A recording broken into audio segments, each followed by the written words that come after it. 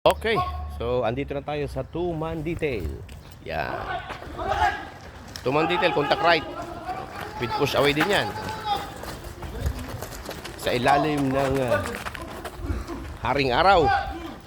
So, ayan sila. Class sa laknib. Siyempre, pag merong hindi naayon ang perform, push up position. Yan.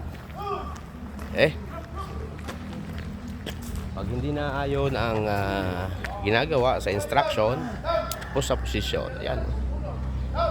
Down. Siyempre kasama pa rin natin si Police Major Cadano, ang ating tactical training instructor. So, napakalawak nito training ground natin. So bukas magaganap naman po ang imbasing-dibasing, ang ating counter ambush drill. Dito din po manggaganap. So abangan po yan bukas. So, mamaya-maya yung by bounce naman. Okay? Pagpalang buhay po. Ingat sa ating mga trabaho, mga ka-5-9, mga ka-bodyguard at sa lahat.